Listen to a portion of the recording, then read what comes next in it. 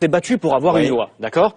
Qui est-ce que je trouve en train de faire du lobbying dans un restaurant de luxe? Votre directeur de cabinet, monsieur. Attendez, pardon. Là, vous faites des accusations. Dernier point, on sort de sujet. Dans un article. C'est sorti dans un article. C'est terminé. C'est terminé. Non, au mois de juillet, il y a eu un article. On voyait clairement votre directeur de cabinet, des députés, des sénateurs, en train de manger avec un peu l'écosystème du VTC, les lois du véhicule, les vendeurs de pioches. Ils se battaient contre cette loi. Non, mais c'est terminé. Réponse d'Emmanuel Macron et on change de thématique. S'il vous plaît. Tout et n'importe quoi. S'il vous plaît. Et la dernière. Quand on profère des accusations aussi graves que ce que vous dites, eh bien, on donne les noms, on donne la liste et on va devant le juge. On fait pas des choses. On fait pas des choses. Il y a la liste des gens et des parlementaires et autres. Emmanuel Macron, je n'ai jamais défendu les intérêts de l'un ou de l'autre. Ce que je dis juste, c'est que je défendrai toujours les emplois qu'on crée. Je conçois tout à fait qu'il veuille s'attaquer à ma pomme. Ça fait 5 ans et demi, je suis habitué. Très sincèrement, comme disait un de mes prédécesseurs, ça m'en touche une sans bouger l'autre. Je vous le dis en toute franchise. Alors pourquoi la NUP s'offusque selon vous? Mais parce que ils ont perdu la boussole. Quand on croit dans la justice sociale, dans l'égalité des chances, mais il faut se battre pour que les jeunes qui viennent de milieux difficiles aient des emplois. Ça n'a jamais été leur combat. Moi, ça a été le mien.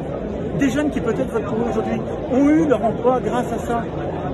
Si on ne se bat pas pour l'éducation, la formation, la création d'innovation et donc d'opportunités économiques, on continuera d'avoir le chômage qui est encore. Juste avant de parler justement de l'énergie, du prix de l'essence, Thierry Mariani, aujourd'hui l'affaire Uber s'est invitée à l'Assemblée, les révélations du Monde. Pour ceux qui nous rejoignent sur les liens entre Emmanuel Macron, alors ministre, et l'entreprise, on découvre que Uber voyait à l'époque dans le désormais président un allié. Est-ce qu'on peut parler de scandale? Vous qui avez été ministre des Transports justement, ça vous choque?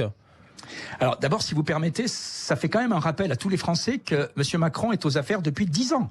Vous voyez, quand par exemple, on a une mission flash sur l'hôpital, ça fait 10 ans que M. Macron nous fait le coup aux Français qui découvrent les affaires. Ensuite, moi, ce qui me choque dans cette affaire, c'est la proximité... j'ai presque envie de dire la complicité, la collusion entre Macron et l'entreprise Uber. Emmanuel Macron a une cohérence et un fil rouge qui est très souvent de servir des intérêts privés, souvent étrangers, avant les intérêts nationaux. Moi, je trouve quand même ces échanges totalement déplacés. Vous savez, quand vous avez un cabinet, est-ce qu'un ministre s'occupe d'une entreprise? C'est normal. Mais normalement, il passe par le conseiller technique. Et en dernier ressort, c'est au ministre de le traiter. Ça veut dire que vous, ministre des Transports, vous n'auriez pas échangé des SMS avec le patron d'Uber? Sincèrement, non. Je pense que mon cabinet aurait échangé des SMS avec le patron d'Uber, que j'aurais reçu le patron d'Uber en rendez-vous.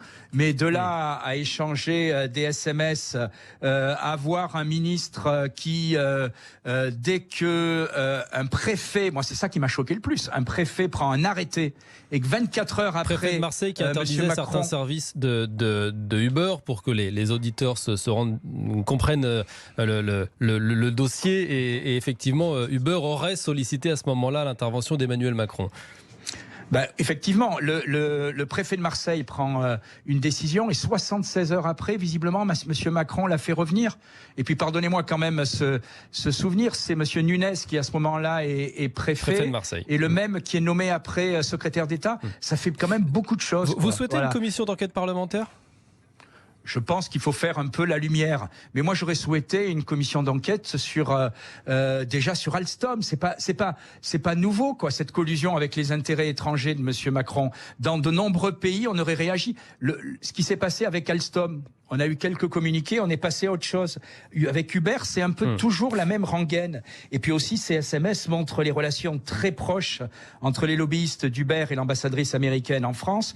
Bref, je pense que dans cette histoire, les artisans de taxi doivent se rendre compte que M. Macron les a trompés pendant toute cette séquence.